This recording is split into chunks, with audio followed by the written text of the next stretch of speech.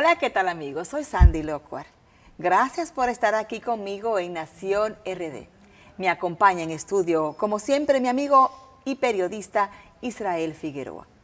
Como todos ustedes saben, este programa persigue ser un oasis de reflexión para que ustedes puedan sacar un tiempo, ponerse por encima de los titulares, ver la problemática nacional y un poquito desapasionados, ver los problemas, las posibles soluciones y lo difícil que es implementar cada solución. Y las soluciones se ponen cada vez más difíciles en su implementación porque no son todas racionales. Podemos hacer un plan, decir que vamos a ir por allí, pero qué difícil nos resulta ponernos de acuerdo. Y en momentos tenemos que ponernos de acuerdo, no solo nosotros, sino el entorno que nos rodea. Porque cuando hay desacuerdos en el entorno que nos rodea, en nuestro principal socio comercial, ¿cómo planificamos? ¿Cómo decimos por dónde viene la cosa? ¿Se va a quedar el acuerdo de libre comercio? ¿O no va a haber acuerdo de libre comercio?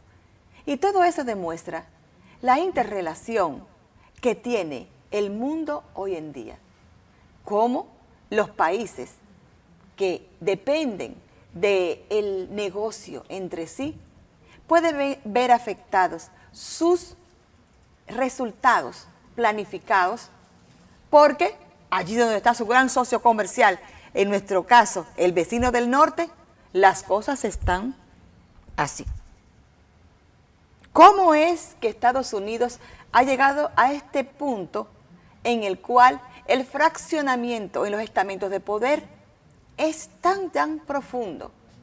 ¿Cómo es que en definitiva llegó a dirigir la nación más poderosa del mundo? Una persona totalmente atípica.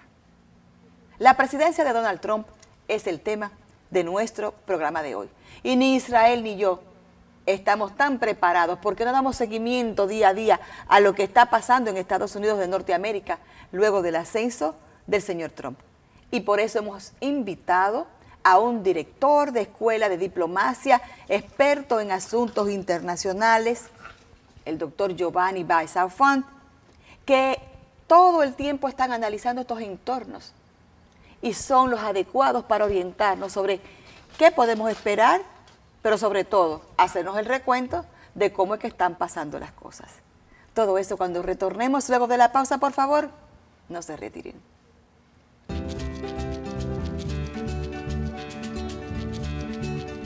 Gracias por continuar en sintonía con Nación RD.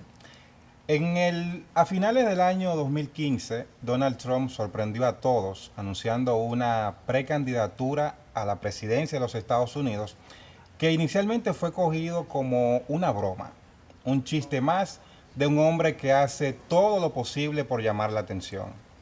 Pero las cosas fueron dándose y la política fue evolucionando a tal modo que sus adversarios políticos en el Partido Republicano se fueron retirando uno a uno, dejándole el campo listo, la cancha abierta para que Donald Trump asumiera la candidatura.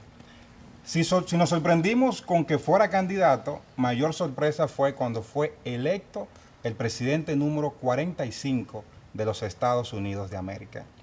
Una nación, doctor Giovanni, profesor, que nos ha acostumbrado a que sus candidatos o son senadores, o son vicepresidentes, o han sido ministros. Establishment, son gente del establishment. Parte de Washington. Entonces, ¿cuáles cambios se dieron en la sociedad norteamericana que puedan explicar o arrojar luces para nosotros entender por qué hoy Donald Trump es el presidente? Primeramente quiero agradecerle la invitación. Muchas gracias, Sandy. Muchas gracias, Israel. Es una pregunta interesante porque tenemos que nosotros hacer una observación sobre la demografía. Estados Unidos, en sus más de 300 millones de habitantes, el grueso de la población es una población mayor de 50 años.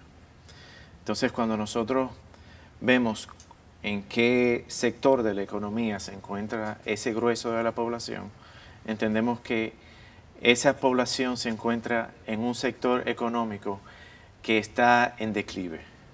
Por ejemplo, el sector energético, el sector agricultura, los trabajos tradicionales que caracterizaban el fuerte de la economía de los Estados Unidos de América en las últimas 20, 30 décadas. El sector energético, específicamente, ¿a qué nos estamos refiriendo? Nosotros nos referimos con el sector energético, con el sector nuclear, con el sector hidroeléctrico. Eso, y también, obviamente, me excusa, sí. También con el sector de la producción de gas natural y más que todo el refinamiento de petróleo y sus derivados. Ok, a ver si estoy entendiendo. Tenemos una población, unos votantes que son viejos, ¿verdad? Pero tenemos este mismo tipo de votantes en Europa y ellos no hacen esas decisiones de votar por alguien tan flashy. Un outsider. ¿No? Salvo el que estaba en Francia, que le decían bling bling. Sí, así era como, sí, así era como mucha gente se burlaba en Francia de Holanda. No de Holanda, el anterior a Holanda, que era muy... Okay. El que Sarkozy. Nicolás Sarkozy. A Sarkozy le decían bling bling porque era muy flashy, pero todo palidece, doctor, frente a la visual de el señor Trump. El señor Trump es un antitodo, sin querer criticarlo, sino solamente definiéndolo. Era una tradición en la política que usted no podía hacer un bullying, no era una persona que estaba hablando mal de los demás. Él ha hecho de eso una manera. Pero también mentir descaradamente con algunos puntos esenciales. Es una persona que va a rescatar una economía, o alega que va a rescatar una economía, pero que él mismo ha quebrado varias empresas. Entonces tenemos un grupo de personas desempleadas, como se dice usted, que ponen su fe y su confianza en alguien que si usted no la analiza dice, bueno, pero es que él ha quebrado sus empresas. Él no ha sido fiel a ningún empleado. ¿Qué dice eso de la psicología del votante americano? Es decir, ¿cómo decide ahora el votante qué creer y qué no creer? Cuando alguien te dice algo, vamos a decir, la gente siento como, no sé cómo explicarlo, que si alguien revestido del aura de los artistas dice algo, hay una tendencia a seguirle, a pesar de que aquella persona puede que no tenga nada de verdad en sí mismo. ¿Cómo son los votantes americanos ahora? Bueno. ¿Rabiosos? O decir, o hubiesen preferido cualquier cosa que no fuera de Washington. Si hubiese venido un Juan de Lopalote, ¿verdad? Revestido de todo lo que no, sin misticismo político, porque es un misticismo casi artístico, ¿no? Artístico, sí. Pero que no fuera de Washington. Que la consigna era que no sea de los mismos. Más allá de la televisión y de la sensación de los reality. Él tuvo un reality, él es como un reality. Sí, hay diferentes factores. El esencial es que los estadounidenses siempre han apostado por hacer un cambio luego de 2 años del mismo partido demócrata en el poder. La tendencia es hacer un cambio de partido. Ese es un aspecto. El otro aspecto era el que habíamos mencionado anteriormente, con el factor de la demografía. Irónicamente también, está el factor confianza. Si bien Hillary Clinton obtuvo la mayoría de los votos, más no el de los colegios electorales, hubo una confianza por parte de la población joven en que el pleito estaba ganado por parte ya del Partido Demócrata. Porque los Porque era la jóvenes no mayoría. votaron por Trump. No votaron, la mayoría no votó por Trump. Y hubo una gran sorpresa también por la sección de la población o el grupo étnico de los hispanos. Se pensó que iban a votar directamente por Hillary y ese fue un aspecto de la campaña que fue un poco descuidado. Se trató de rescatar en último momento y fue un factor decisivo. O sea que muchos hispanos, más de lo que uno pudiera pensar por el discurso que atacaba directamente a México y su discurso xenófobo, muchos hispanos apoyaron a Trump. Sí. ¿En qué porcentaje está calculado? Un 30%, un 40% de la población.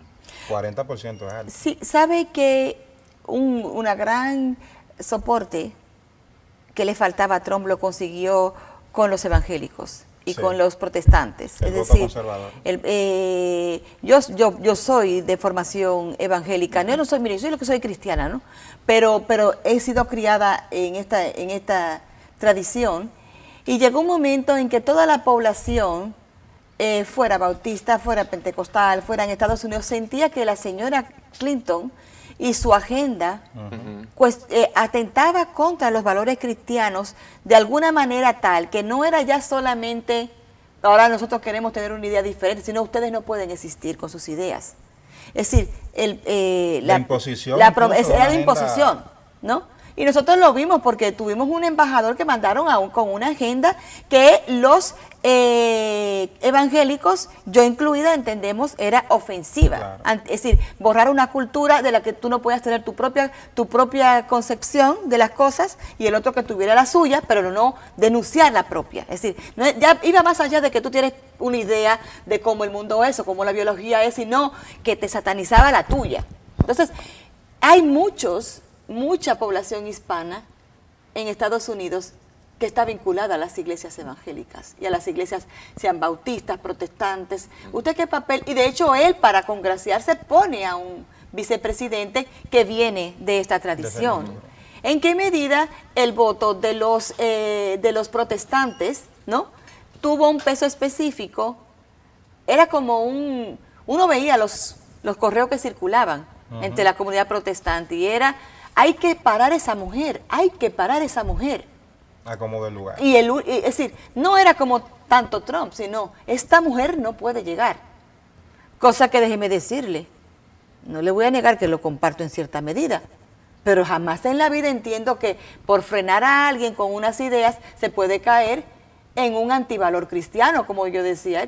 Ese señor es un antivalor cristiano en términos, no paga a sus empleados, no lleva una vida desordenada sexual, No declara sus impuestos, ¿qué puede que es decir? una tradición. Yo no voy a decir que esas son razones para votar, pero si usted va, cada quien vota según su concepción de la vida, pero si usted está alegando unas, ¿cómo va a estar promoviendo a otros que desdice lo que usted mismo? No sé si me expliqué. Yo me iría fuera del contexto de Hillary y fuera del contexto de Trump.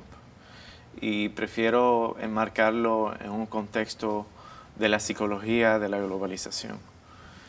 Nosotros con la globalización vivimos en un mundo uniforme en cuanto al contexto de la lucha por los derechos humanos.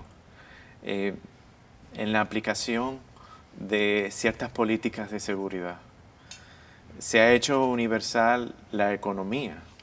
Comenzábamos el programa precisamente hablando del libre mercado, pero el libre mercado es poner una serie de reglas y estandarizarlas y hacerla común en el grueso de los estados que participan en ese esquema económico, político y, ¿por qué no?, social. Entonces, la estandarización ha traído consigo una nueva toma de conciencia. Ya la persona deja de ser un individuo y pasa a ser parte de un estándar. Entonces ahora viene una contracorriente. Queremos ser no parte del estándar del grupo, sino nosotros somos individuos y como individuos, como sociedad también, tenemos nuestras particularidades. Nosotros no somos parte de un conglomerado. No me hagas un milkshake humano. Yo quiero ser yo. Exactamente, quiero ser yo. Y tenemos nuestras particularidades que son herencia de nuestra historia, de nuestro devenir social y que nos llevan a nosotros, no solamente somos el ahora, sino también nos llevan al futuro. Oye, qué interesante, nunca había oído ese planteamiento. Lo que está diciendo, si le estoy siguiendo, es que la globalización, ¿sí? Que en realidad tiene muchísimo de beneficio para las multinacionales, no para la gente. Sí, para el pueblo, para sí. que estemos claros. El ciudadano de a pie. Las multinacionales tienen mucho beneficio en la globalización. No asociemos inmediatamente globalización a algo beneficioso. Es lo primero. Fíjate cómo él dice, la gente siente que se ha creado un estándar de comercio, pero también en ese estándar de comercio todos somos una misma ficha productiva, no importa dónde estemos, ¿verdad? Y entonces la gente dice, no, yo no soy una ficha productiva. Yo soy una persona que tengo una herencia, una tradición, y está detrás, creo, ese pensamiento que usted comparte con nosotros, con los aspectos, esas falacias migratorias. Cada vez que yo digo, no, porque no debe haber un mundo sin frontera. Ok, pues entonces no tenga tu casa con puerta. ¿Me entiendes? Ese punto de decir, el mundo es uno solo, la gente se ha resistido y dice, no. Somos hermanos, pero yo soy fulano y tú eres perencejo. Yo soy de una cultura y tú tú eres de otra cultura. Lo que no tiene cultura son las multinacionales. Exactamente. Lo que aceleran un proceso de transculturización y llevan a la humanidad a un estándar, precisamente es la presión del mercado liberal, de las grandes empresas. ¿Y usted cree que eso se traduce en las concepciones morales de la gente? Yo no creo. En lo que la gente cree de la vida, del sexo, de todo eso, porque en el fondo eso es lo que había, ¿no? Un cuestionamiento. ¿Cuál es tu concepto de lo que tú crees que es una persona? ¿Una persona viene con un sexo definido o con un sexo indefinido?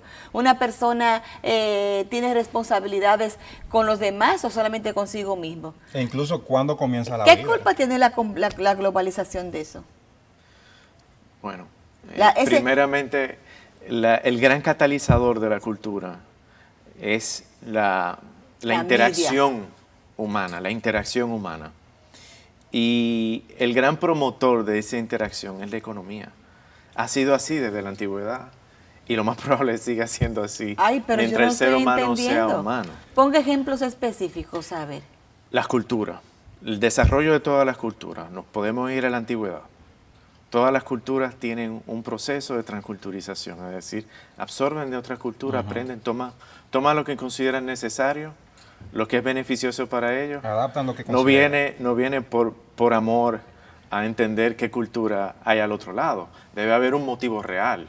El motivo real puede ser económico, y en el grueso de las ocasiones precisamente económico. Vaya, pero los espaguetis los fideos pasaron de China a Italia porque le gustaron a los italianos. Y le resolvió un problema con la producción, un exceso de trigo o una manera nueva de utilizar la harina, pues ahí hay una solución. Pero, ¿qué es lo que no había en aquel entonces que hay ahora?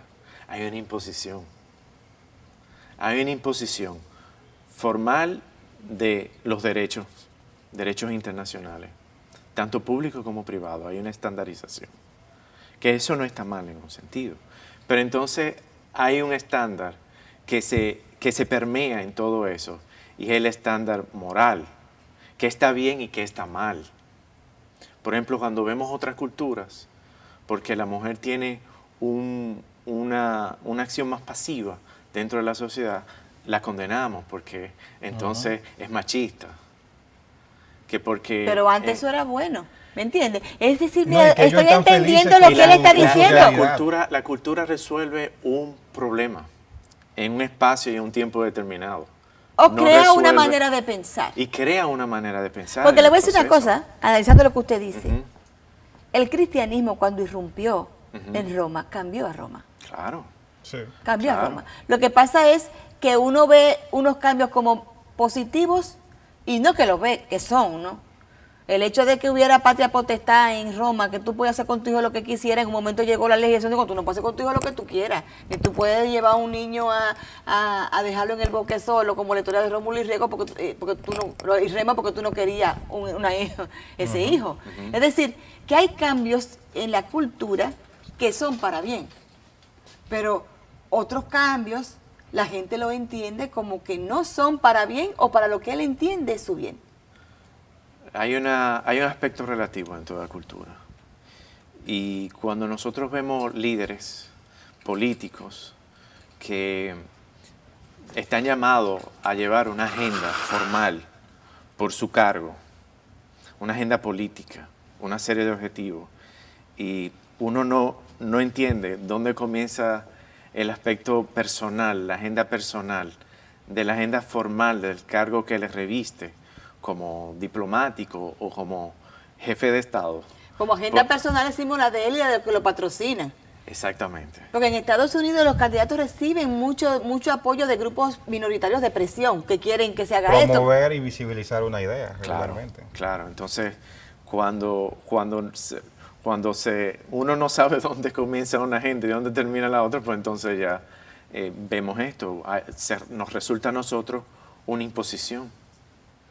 Pero Y que las lo hizo. sociedades se resisten a eso. Y las sociedades se resisten naturalmente. Y yéndonos fuera del contexto de Trump o de Hillary, la globalización tiene, y retomando el tema, tiene esa particularidad. Nosotros vemos, por ejemplo, el concepto de globalización, una Europa. Una Europa se fragmenta. Pero por ahí hizo agua también en el Brexit.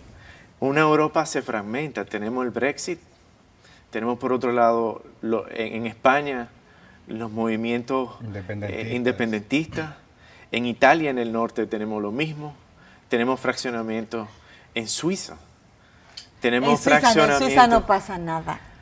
Ajá. Tenemos que hacer una pausa, nos quedamos en Suiza. Dice el doctor Giovanni Baez, fan de la Escuela de Diplomacia de la Universidad Católica de Santo Domingo, que en realidad lo que estamos viendo es un choque de trenes entre una cultura que quiere imponerse y una población que dice no, yo no quiero formar parte de una cultura global, yo tengo mis propias características que me identifican y no veo por qué tenga que dejarlas. Y dice que también se está viendo en Europa, incluyendo en la tranquila Suiza. En ese punto retomamos.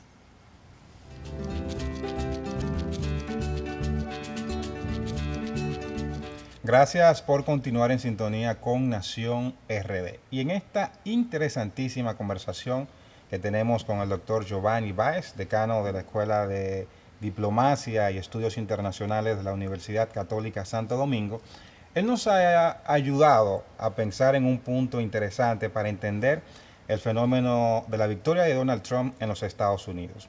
Y es la resistencia de una parte importante de la sociedad norteamericana a no dejarse llevar por el cambio que imponen ser parte de una sociedad globalizada.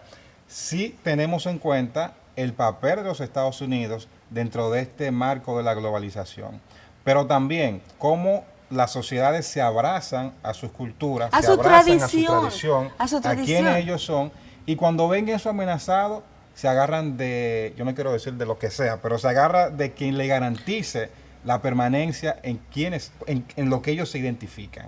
Sí. En la tradición. La tradición. Él se coló por la fisura de la tradición.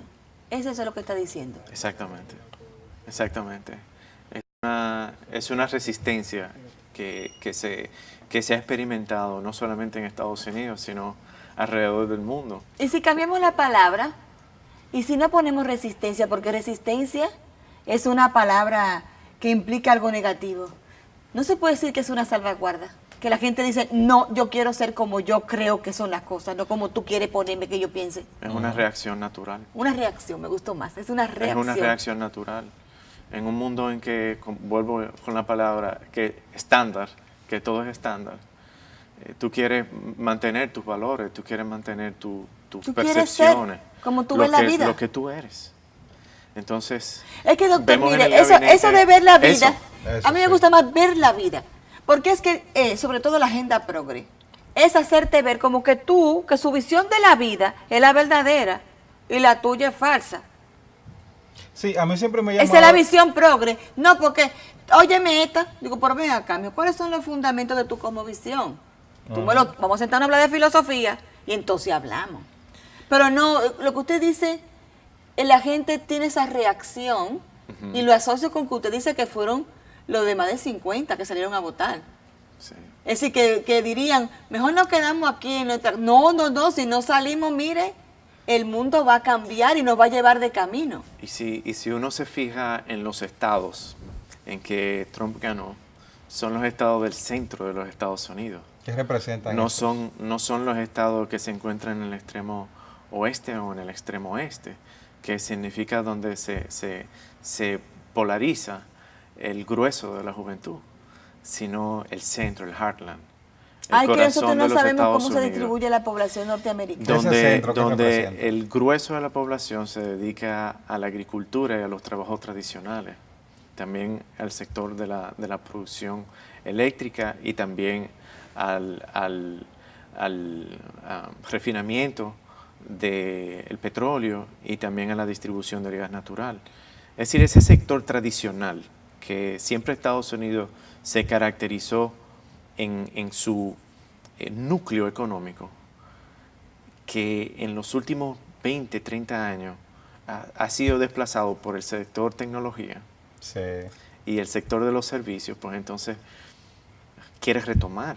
Y de la nuevo. y la Es promesa esa demografía olvidada y la promesa del entonces candidato de retornar empresas. de que se retornar habían ido. empresas Es decir, que no es solamente que lo... se han ido fuera de No costa es solamente estadounidense es que a tú las me quieres propias. imponer Claro. una agenda de pensamiento extraña. Eso influye. Sí. Si no, vamos a decir la verdad aquí, doctor. Esa gente le estaban quitando los empleos. También. Los que estaban en los norteamericanos no tienen empleo. Lo único que tienen es una deuda millonaria. ¿Hasta cuándo eso va a permanecer? ¿Hasta cuándo un país puede permanecer generando riqueza? Claro que la genera a través de los activos de propiedad intelectual, que es lo que Estados Unidos vende. Fármacos, Hollywood, Tecnología. tecnología. Todo lo que Estados Unidos vende está vinculado a la propiedad intelectual. ¿Me entiende? Sí. Y eso es bajo en uso de mano de obra. Es intensivo en intelecto, pero bajo en mano de obra. Mano de obra. Todo eso va a llevar a que haya menos empleo y un grupo de personas con altos rendimientos, ¿me entiende? Pero un alto número de personas desempleadas, digamos porque la verdad. Entonces, no todos tienen el mismo talento para crear. no óigame, pero aunque todos tengan el mismo talento, el mercado no va a absorber todas las creaciones, va a preferir unas sobre Que a otras. Claro. Claro. Es decir, de por sí, y yo trabajo esa área, yo trabajo propiedad industrial, hay que saber que la mayoría de la propiedad industrial norteamericana no genera tanto valor agregado en términos, lo genera en términos monetarios, lo que no genera es tanto empleo. Empleo. ¿Me entiendes? No genera mucho empleo. Y la gente necesita, decimos siempre en este programa, lo principal que necesita la población es tener un Trabajo. ingreso. Y sin empleo no hay ingreso. Entonces, ¿en qué estaban pensando los gallos locos que votaron, que no piensan en de dónde va a salir el empleo? ¿Por qué una parte de la población joven es tan naif que piensa que yo estudié y por lógica yo voy a conseguir un empleo? ¿Cómo es que no ven que su economía no está generando suficientes empleos? Que hay una parte de la población que es bien preparada y que muy probablemente tenga ya en su diseño curricular una inserción en el mercado. Hay otra que sencillamente, precisamente por el tipo de diseño de la economía que presenta Estados Unidos, tiene una gran posibilidad de insertarse al mundo laboral. El problema lo tienen las personas ya que van después de los 50, que están desfasados es un cambio generacional. Que aprendieron un nosotros oficio vemos, tradicional. Exactamente, que se encuentra en el contexto de un oficio tradicional. Los oficios nuevos siempre tendrán demanda, pero el esquema tradicional se queda afuera. Y ese grueso de la población que es mayor de 50 años, una población envejeciente, el estadounidense, que obviamente será más envejeciente con el devenir de Sí, los pero años. por más envejeciente que ellos se pongan, ellos le quedan 5 o 6 votaciones por delante. Efectivamente. Entonces, ¿por qué no podemos ver nosotros más de lo mismo? No nos asuste, usted no vino aquí a asustar a nadie. Bueno, lo siento. Estoy hablando de términos demográficos. No, me refiero, en nuestro programa hablaba sobre la dificultad para planificar los entornos internacionales con alguien tan impredecible como el señor Trump. ¿Qué es lo que define a este señor? Yo creo que es muy diferente la perspectiva que uno tiene cuando está en campaña o cuando es oposición a aquella que se tiene cuando uno está adentro, cuando está en el meollo. Pero yo no he visto el cambio en él. De hecho, en varias ocasiones ha tenido que retractarse de su propuesta de campaña. Él, por ejemplo, en el contexto internacional con China, él hablaba de que China manipulaba el mercado haciendo una serie de ofertas y de manipulación de la moneda para favorecerse. Un par de meses atrás, reunido con su homólogo chino, pues se dio cuenta que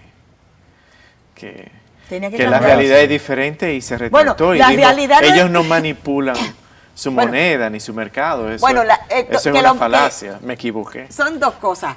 Que los chinos manipulan su moneda, eso lo sabe todo el mundo. No sé, ni siquiera un mes que me tocó a mí estar en China precisamente, tuvo el Banco Central de China que comenzará a tomar medidas y cuando usted ve ese tipo de cosas, usted dice, bueno, le está cayendo el 20, que esto no va a durar mucho tiempo. Pero el punto es que el lenguaje formal de Trump cambia. Cambia, ¿no? Sí. Y entonces también cambia en todo, escribe una cantidad de cosas y después se desdice. ¿Cómo, hasta dónde va esto a llegar? Se habla ya de un impeachment. Ya hay una investigación sobre la trama rusa.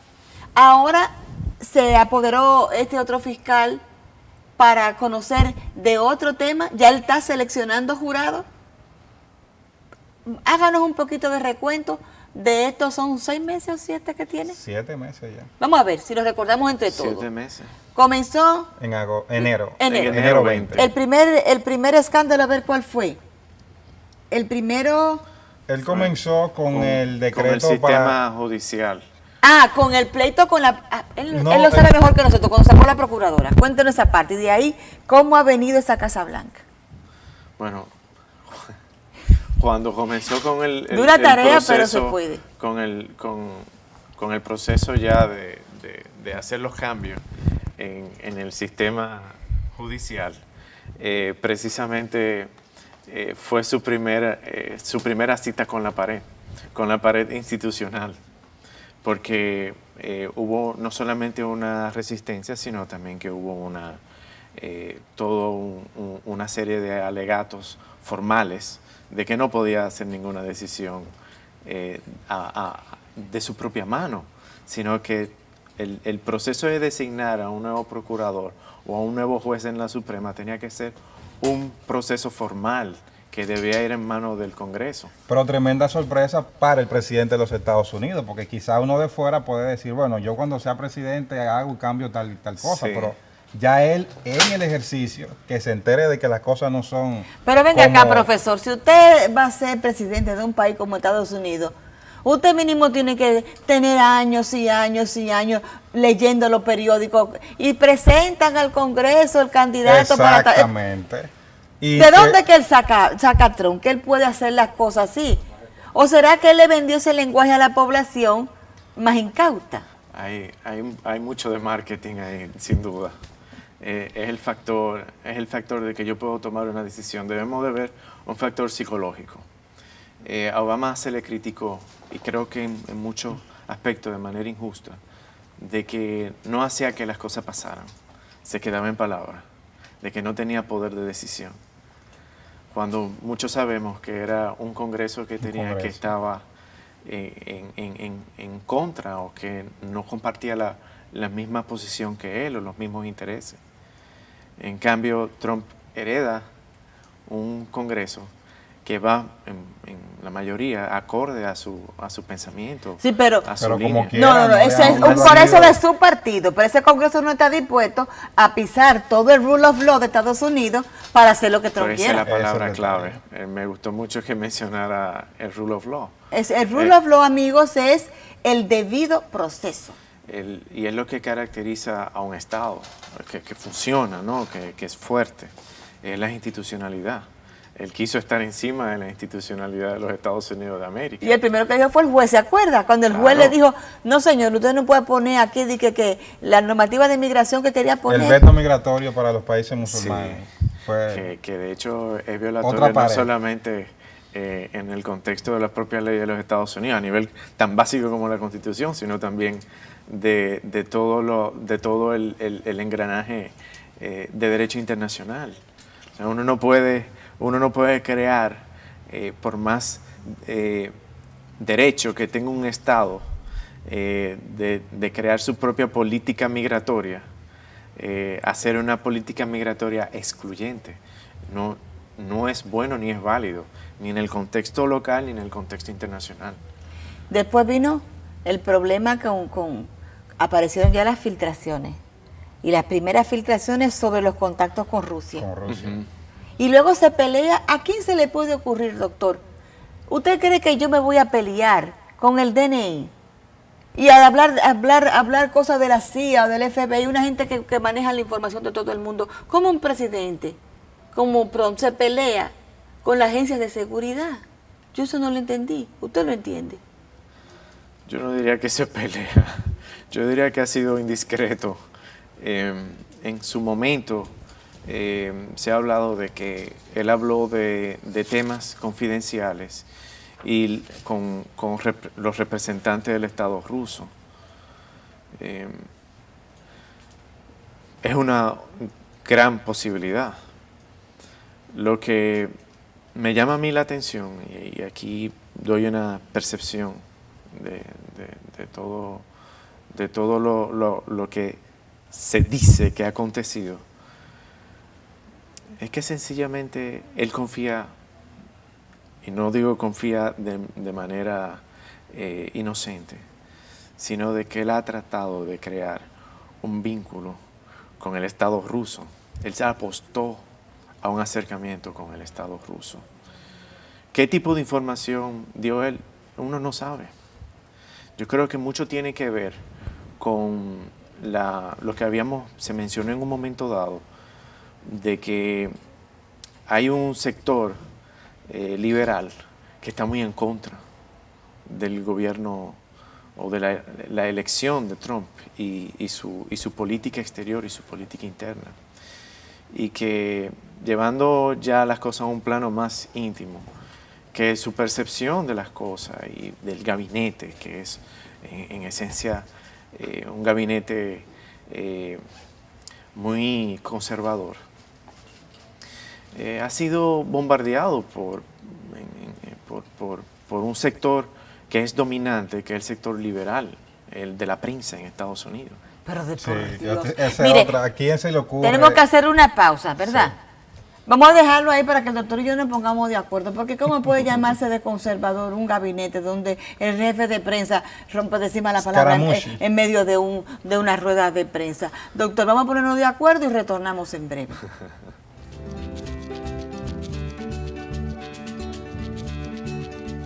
Gracias por continuar con Nación RD.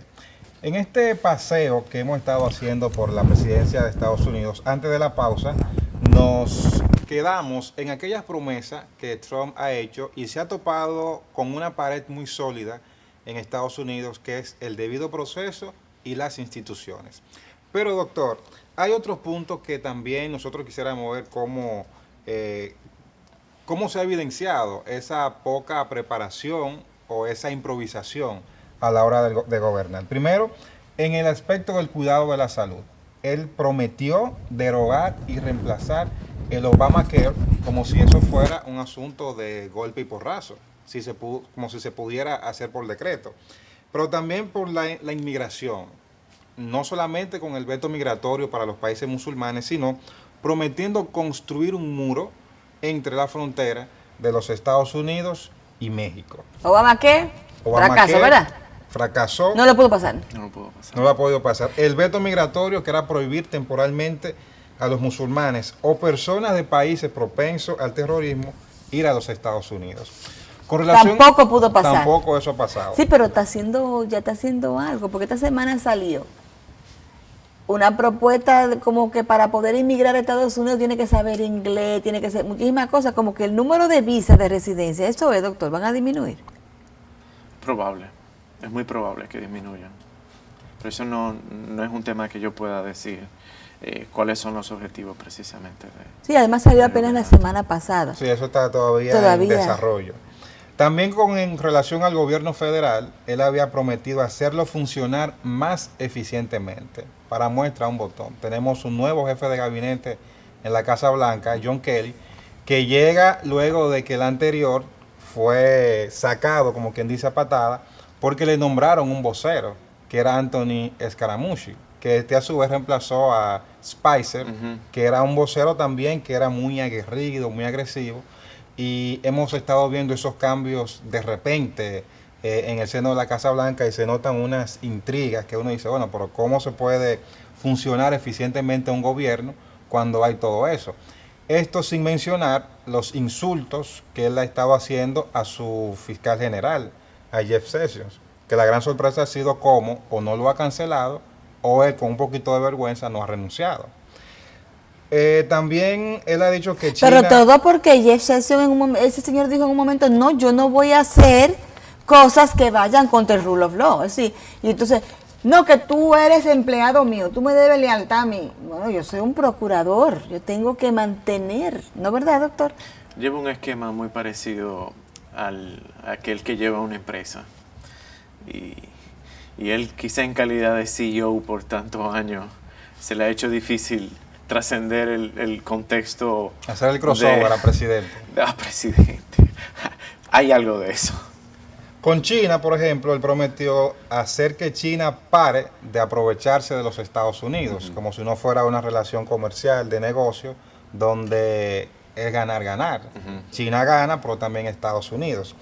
Con relación a Rusia... Ya el profesor dijo que con China ya él está variando completamente. la tónica. Reculando. Con Rusia, él prometió en la campaña llevarse bien, mejor de lo que hizo Obama con el presidente Putin. Con el Congreso, casi finalizando, él dijo que lo iba a hacer funcionar. La realidad, Trump no tiene, a pesar de que es de mayoría republicana, una viable relación con el Congreso. De hecho, una de las misiones de John Kelly precisamente es viabilizar el diálogo entre el Poder Ejecutivo y el Poder Legislativo. ¿Qué significa para Trump llevarse bien? Que la gente haga lo que él diga, ¿verdad? Usted que estudia esos fenómenos y le da más seguimiento. En el contexto psicológico puede ser una opción, que se haga lo que él proponga. Pero siendo hombre de negocio y las tablas que tiene él, pues tiene mucho que ver, más que lo que yo quiero, lo que beneficia a mi grupo. ¿O acaso la política no es el arte de lo que se puede hacer? Y eso le faltaría al señor Trump de entender. Es una percepción buena y válida. Lo veo así también. Y quiero hacer un ejemplo con el caso de Rusia. Él prometió realizar un acercamiento con Rusia. Rusia es un estado que tiene unos muy fuertes intereses en Siria. Siria para Rusia significa un aliado natural desde la década de los años 60, ya en el contexto, lógicamente, de la Guerra Fría, pero tiene una vigencia hoy en día. Primero, geoestratégico. Está Tartus, la base de Tartus, que es la única base naval fuera de Rusia y que tiene un acceso al Mediterráneo, que es uno de los objetivos esenciales de Rusia. Por otro lado, no es por la producción de gas ni de petróleo de Siria, pero sí por su calidad de estado eje en cuanto a la distribución del gas natural y del petróleo. Porque por ahí pasa para embarcarse. Exactamente. Es decir, Rusia tiene todos estos intereses por donde quiera que pasa un oleoducto. Si está para Ucrania, exacto. Es lo Este mismo. tema de Sí, Ucrania, sí. igual, en ese mismo contexto encontramos Ucrania. Obviamente no tiene esa salida a un mar caliente como es el mar Mediterráneo, pero es lo mismo. hay paralelismo. Entonces se encuentra con Ucrania y con Siria, que son los dos temas fundamentales en la política occidental, sobre todo con Estados Unidos, respecto a Estados Unidos. ¿Y qué es lo que vemos? Que no ceden, que dicen, tú no puedes ser la policía mundial. Nosotros tenemos intereses reales y no lo vamos a cambiar. Nosotros no estamos atropellando nada, a lo contrario. Son estados que históricamente han sido aliados nuestros. Entonces estamos haciendo lo correcto. A ustedes no se ponen a veces a pensar, ¿qué base ha puesto China en América Latina? ¿Base militar? Ninguna, No, ninguna. hasta el momento. ¿Verdad? No. Los soviéticos solamente en Cuba, que pudieron tener hasta cierto momento. Con cierta medida, los norteamericanos entienden que este es su hemisferio. Sin duda, ¿Sí? sin duda. Pero ellos entienden que sí se pueden meter en el hemisferio del otro. Porque si Y- este es su hemisferio, ¿de quién es el otro hemisferio? De la potencia que tiene de aquel lado. Y es un paralelismo que resulta bueno y válido, porque el interés geoestratégico de los estados comienza con sus vecinos. En las cercanías. Más cercanos, y se va expandiendo, va permeando hacia los otros. Pero ¿qué vemos? Vemos Estados Unidos que con el tema Ucrania y con el tema Siria tiene una pugna, pero es lógicamente por el mismo control, el control hacia la salida de los puestos de ¿qué? Los oleoductos y los gasoductos de los años 90. Pero hay diferencias, ¿eh? Hay una Porque guerra Estados Unidos, política en ese este es su contexto. hemisferio, pero ha ido perdiendo vigencia Sin duda. en los países del cono sur, de nosotros mismos.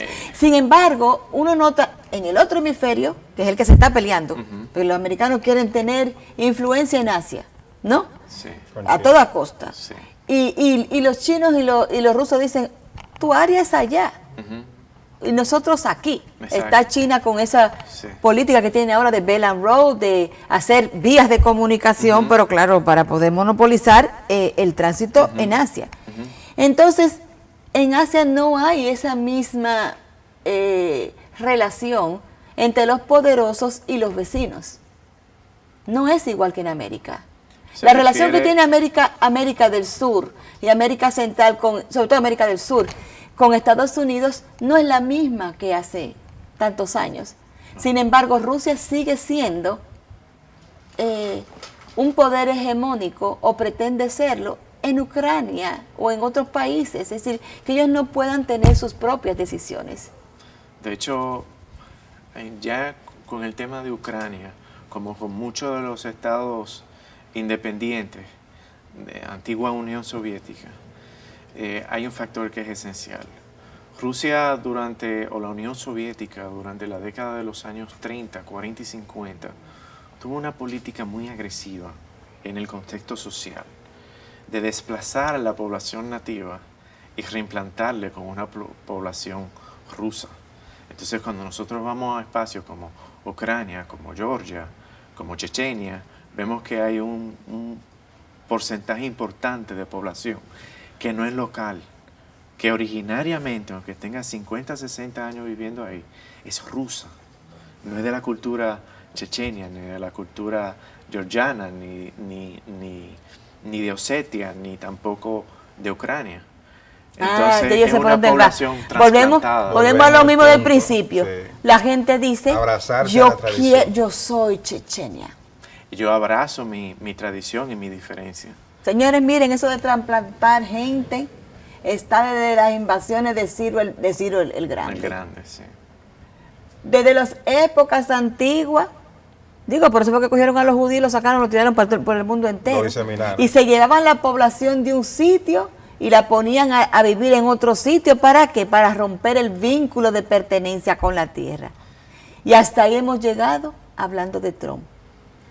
Fíjense. Para que vean que el fenómeno Para es que complejo. vean lo que es el mundo globalizado.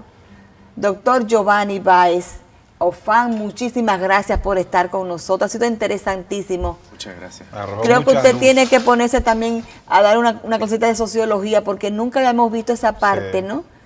La parte sociológica que tiene la globalización en la lucha de los pueblos por permanecer con sus tradiciones versus esa tendencia a homogeneizarlo todo, a la cual terminan resistiéndose. Gracias por estar con nosotros. Hasta la semana que viene.